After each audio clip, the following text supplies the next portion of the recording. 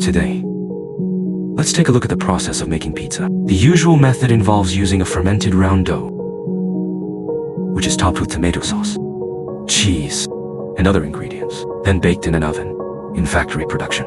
The process is quite similar.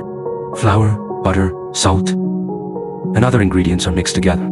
Then water is added and stirred evenly, without using additives.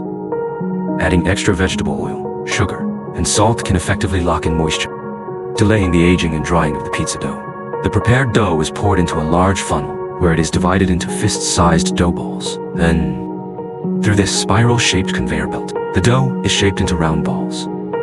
They are then uniformly transferred to a cold storage room for fermentation. After fermentation is complete, edible oil is applied to the surface to make the dough softer and more elastic. The dough is then placed on a conveyor belt and pressed into flat discs, and small holes are punched into the surface of the dough. Tomato sauce is one of the main ingredients of pizza. Is evenly squeezed onto the pizza dough. The pizza, now topped with tomato sauce, enters a tunnel oven under the high heat of 400 degrees. It bakes for about a minute, and a pizza starts to take shape. The freshly baked pizza cools on a long conveyor belt. Then it is transported to the cheese filling area, where it is topped with a generous amount of shredded cheese. Various other toppings are added according to flavor. The pizza is then sealed with plastic wrap and transported to various stores. It can be reheated and enjoyed once again.